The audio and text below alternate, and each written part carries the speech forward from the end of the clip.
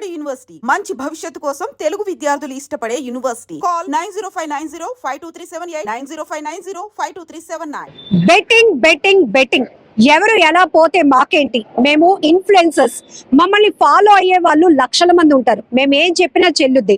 Betting app ని మేము promote చేస్తాం, లక్షలు సంపాదిస్తాం, లక్షలేంటి కోట్లలో కూడా సంపాదించుకుంటాం అనే ధీమా చాలా మంది ఇన్ఫ్లుయెన్సర్స్ లో ఇంతకు ముందు వరకు కనిపించింది.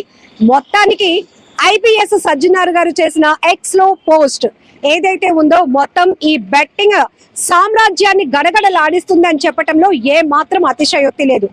ఆంధ్ర తెలంగాణ పోలీసులు కూడా బెట్టింగ్ యాప్స్ ను ప్రమోట్ చేస్తున్న ఎవరైనా వాళ్ళ బ్యాక్గ్రౌండ్ ఏదైనా ఇచ్చి పడేస్తున్నారు, కేసులు ఫైల్ చేస్తున్నారు.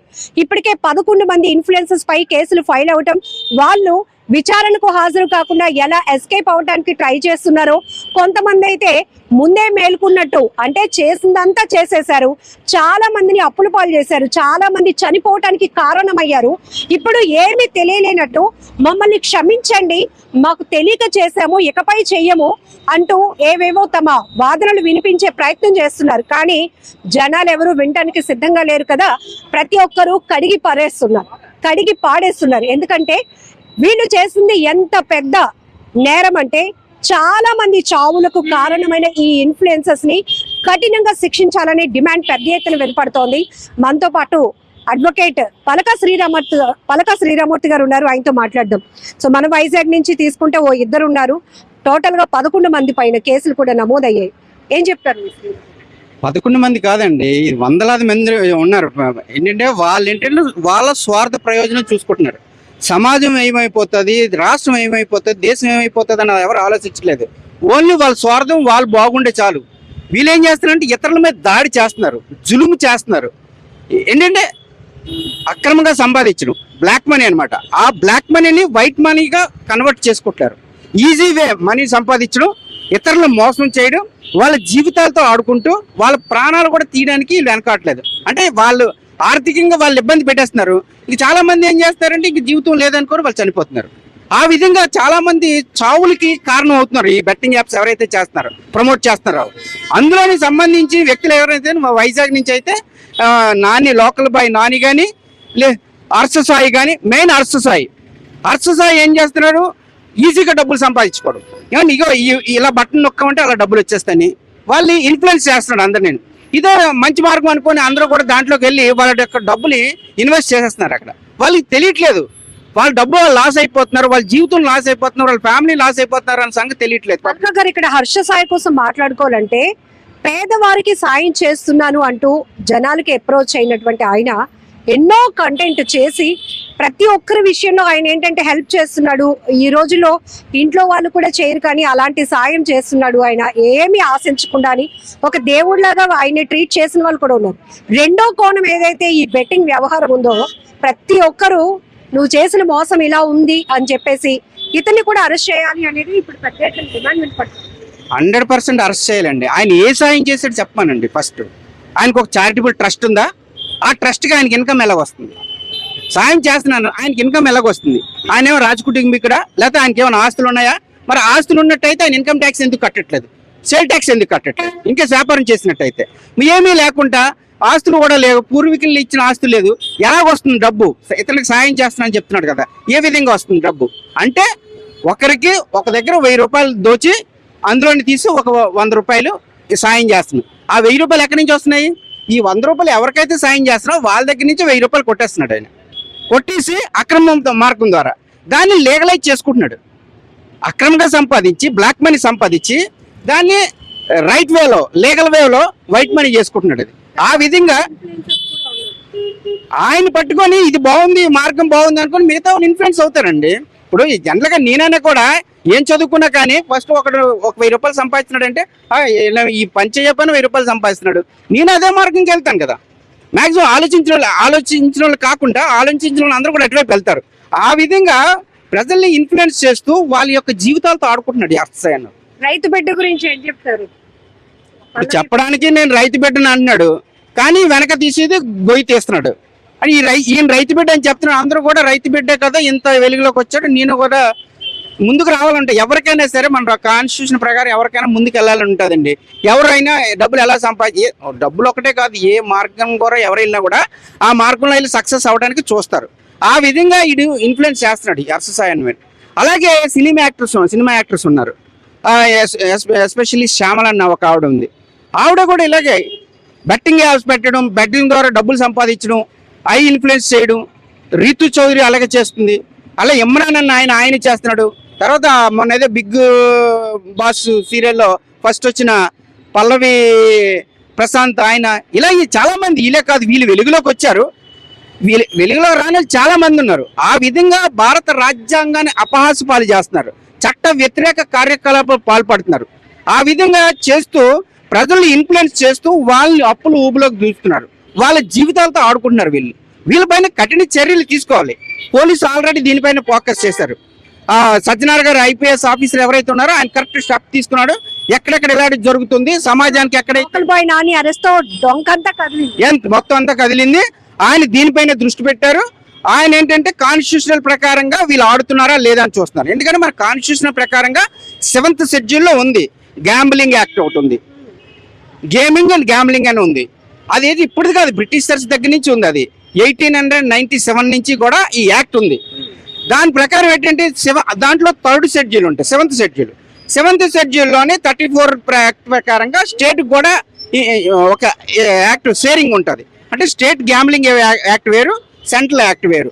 స్టేట్కి ఏంటంటే ఏ స్టేట్ కావాల్సిన వాళ్ళ పరిధిలో వాళ్ళు చేసుకోవచ్చు. ఆ విధంగా ఎందుకు పెడతారంటే గవర్నమెంట్ ఉన్న ప్రజలకి ఎంటర్టైన్మెంట్ ఇవ్వడం కోసం సక్రమ మార్గంలో వెళ్ళి ఎంటర్టైన్మెంట్ ఇవ్వాలి. అలాగే వాళ్ళకి ప్రభుత్వానికి అమౌంట్ వచ్చే విధంగా ప్రభుత్వం కాన్స్టిట్యూషన్లో ఉంది, అది 7th షెడ్యూల్లో. దీన్ని వాళ్ళు వ్యతిరేకించి అవన్నీ పక్కన పెట్టేసి ప్రభుత్వం చేస్తుంది కదా మేమెందుకు చేయకూడదని చెప్పేసి వీళ్ళు అక్రమార్జన కోసం వీళ్ళు ప్రజల యొక్క ప్రాణాలతో జీవితాలతో ఆడుకుంటున్నారు. పలక గారు ఒక మాట చెప్పండి. సజ్జనార్ గారు ఎప్పుడైతే పోస్ట్ చేసి అటు ఏపీ డీజీపీ గారికి, వైజాగ్ సిపి గారికి ఆయన ట్యాగ్ చేసిన తర్వాత ఇమీడియట్ గా నాని ఒక వీడియో రివీల్ చేశాడు. అంటే నన్ను క్షమించండి, నేను చదువుకోలేదు, 2వ తరగతే చదివాను, నాకు తెలియక చేశాను అని. అయినా కూడా ఎక్కడ స్పేర్ చేయకుండా ఇమీడియట్ గా రిమాండ్ కు పంపారు. సో ఇప్పుడు వీళ్ళు కూడా ఒక్కొక్కరు ఇప్పటి వరకు బెట్టింగ్ యాప్లు ప్రమోట్ చేసేసి సంపాదించేసుకొని చాలా మంది జనాల్ని మభ్యపెట్టి మోసం చేసి వాళ్ళ ప్రాణాలు పోవటానికి కారకులైన వీళ్ళు క్షమించండి, మేము ఇకపై చెయ్యమని రియలైజ్ అవుతూ వీడియోలు చేస్తున్నారు. ఏమంటారు? అంటే నేను మిమ్మల్ని చంపేస్తాను, మిమ్మల్ని చంపేసి నన్ను క్షమించండి, నేను ఆవిడ చంపేశాను, తెలియక చేస్తాను, చదువుకోలేదు కాబట్టి మిమ్మల్ని ఈవిని చంపిస్తాను నేను, కాబట్టి నన్ను రిలీజ్ చేశానే కదా ఆయన ఎప్పీల్ అదే కదా. అంటే నన్ను చంపేశాను, నన్ను రిలీజ్ చేసేయండి, నన్ను అరెస్ట్ చేయకండి అని చెప్పేసి ఆయన ఎప్పీల్ పెట్టుకున్నాడు అని బాధగా పెడితే క్షమించేస్తుందండి. భారత రాజ్యాంగంలోని ఇండియన్ ఐపీసీలో కానీ ఇప్పుడు కొత్త బిఎన్ఎస్లో కానీ ఇటువంటి ఎగ్జామ్షన్స్ ఉండవండి. ఎందుకంటే వీళ్ళు సమాజాన్ని పాడు చేశారు, ముఖ్యంగా ప్రజల ప్రాణాలతో ఆడుకున్నారు. ఆ విధంగా అక్రమ సంపాదించి ఇప్పుడు దాన్ని సక్రమ మార్గంలో పెట్టేసుకొని ఈ రోజు నేనేం తప్పు చేయలేదని చెప్పి తప్పించుకోవడానికి నాటకాలు ఆడితే చల్లవండి. ఎందుకంటే ఆల్రెడీ సమాజాన్ని డ్యామేజ్ చేస్తారు, కంట్రీ తాలూకు పరువు తీశారు, యాక్ట్ తాలూకా విలువలు తీసేశారు, యాక్ట్నే వైలేట్ చేశారు. ఇంతమంది పోలీస్ ఆఫీసర్ని మబ్బి పెట్టారు, చట్టాన్ని మబ్బి పెట్టారు, ఈ విధంగా సమాజాన్ని కూడా మబ్బి పెట్టారు. ఇటువంటి వాళ్ళని వదిలే ప్రసక్తి లేదు. వాళ్ళు ఏ ర్యాంక్లో ఉన్నా కూడా వాళ్ళని అరెస్ట్ చేస్తారు. ఎందుకంటే దీనికి సంబంధించి బిఎన్ఎస్లోనే 111(2) సెక్షన్, అలాగే 112(1) సెక్షన్ క్లియర్గా చెప్తుంది. బెట్టింగ్ యాప్లు కానీ చేసి ప్రజల ప్రాణాలతో కానీ ఆటలాడినట్టయితే ఏ రేంజ్లో ఉన్నా సరే, ఏ స్థాయిలో ఉన్నా సరే ఆ వ్యక్తిని అరెస్ట్ చేయాలి అని చెప్పేసి అప్ టు 7 years వరకు 7 years వరకు జైలు విధించవచ్చు, ఫైన్ కూడా వేయచ్చు, 2 కూడా వేయచ్చు. అలాగే దీనికి సంబంధించి నార్కోటిక్ డ్రగ్స్ అని ఒకటి ఉంటుంది, NDPS అని, narcotic and psychotic substances act ఒకటి ఉంది. ఆ యాక్ట్ ప్రకారం కూడా వీళ్ళు ఏంటంటే ఇన్ఫ్లుయెన్స్ చేసి ఎప్పుడైతే ఇందులో దిగారో ఆల్కహాల్కి అలవాటు పడతారు. ఎప్పుడైతే డబ్బు లాస్ అయిపోయారో, అన్ని విధాలుగా లాస్ అయిపోయినాడు, లగ్జరీ లైఫ్ పోయిందో వీళ్ళ కోసం చేస్తారు. వాళ్ళు అప్పుల పాలు అయిపోతారు. వాళ్ళు ఏం చేయాలి, ఆ టైంలోనే బాధ కొద్ది మందు తాగుతారు. మందు తాగడం వల్ల ప్రాణాలకి హాని కలుగుతాయి. వాళ్ళు లివర్ పోతుంది, కిడ్నీలు పోతాయి, అయిపోతుంది, ఇవన్నీ పోతాయి. ఆ విధంగా ఆ యాక్ట్ కూడా ఇంప్లిమెంట్ అవుతుంది, ఇక్కడ. అలాగే ఈడీ అండర్ చేసుకోలేదు. ఎన్ఫోర్స్మెంట్ డైరెక్టరేట్ లో ఇన్వాల్వ్ అవ్వాలి. ఇది మనీ లాండరింగ్ కేసు. ఇది ఆల్రెడీ దీనిపైన అడుగుతున్నారు. మనీ లాండరింగ్ కేసు ఉంది 2002లోనే మన మనీ లాండరింగ్ యాక్ట్ ఉంది. మనీ లాండరింగ్ యాక్ట్ ప్రకారం వీళ్ళు డబ్బులు ఏంటంటే ఒక డబ్బులు బ్లాక్ మనీని తీసుకెళ్లి వైట్ మనీగా కన్వర్ట్ చేస్తాను లీగలైజ్డ్ గా. దానికి వీళ్ళు సహకరిస్తున్నారు. అంటే ఇది ఒక గ్యాంగ్. వీళ్ళు ఒక్కడే బయటకు వచ్చిన పేర్లు ఒకటే కాదు మనం లేకపోతే ఇది ఒక number of teams, number of persons ఉంటారు.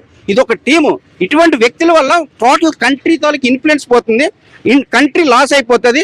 అలాగే సమాజంలో ఉన్న వ్యక్తులపైన తీవ్రమైన ప్రభావం పడుతుంది. కావున ఇటువంటి వ్యక్తులందరినీ కూడా బిఎన్ఎస్ యాక్ట్ 111(2) ప్రకారంగా అలాగే 112(1) ప్రకారంగా అరెస్ట్ చేయాలి. అలాగే ఇందులో ఐటీ యాక్ట్ కూడా పెట్టవచ్చు. ఐటీ యాక్ట్ లోని సెక్షన్ 66(c) అలాగే సెక్షన్ 66(d) ఇవి పెట్టచ్చు. దీంతో పాటు గేమింగ్ యాక్ట్ అని ఉంటుంది. గేమింగ్ యాక్ట్ 1975లో పెట్టారు. దాంట్లోని సెక్షన్ 3 పెట్టవచ్చు, సెక్షన్ 3(4) పెట్టవచ్చు. ఈ అన్ని సెక్షన్ ప్రకారంగా వీళ్ళందరినీ అరెస్ట్ చేయాలండి.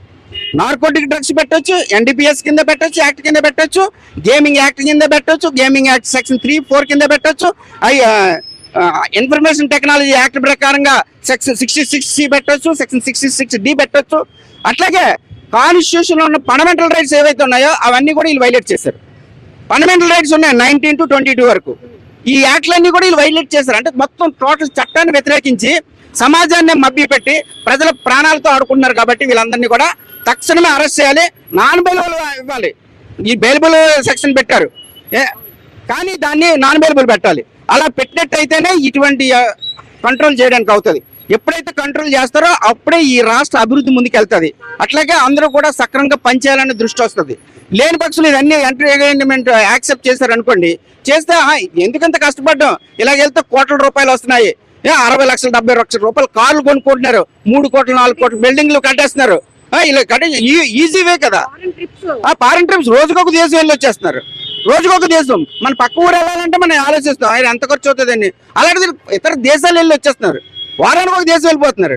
ఆ విధంగా ప్రజల డబ్బుతోటి ప్రజలను మోసం చేసి ప్రజల డబ్బుతోటి వీళ్ళు విదేశాలకు వెళ్ళి అక్కడ ఎంజాయ్ చేసి ఇక్కడ ఉన్న సీక్రెట్స్ కూడా అసలు ఇతర దేశాల్లో వీళ్ళు అమ్ముకుంటున్నారు. చెప్పకూడదు కానీ ఎందుకు చెప్పమంటారా, ఇక్కడ ఉన్న ఇన్ఫర్మేషన్ అంతా కూడా వీళ్ళు వెళ్తారు, అక్కడికి వెళ్తారు, ఏదో దేశంలో ట్రై చేస్తారు, వాళ్ళు ఇక్కడ సమాచారం కోరుకుంటారు, వాళ్ళు వచ్చి ఇక్కడికి రాలేరు.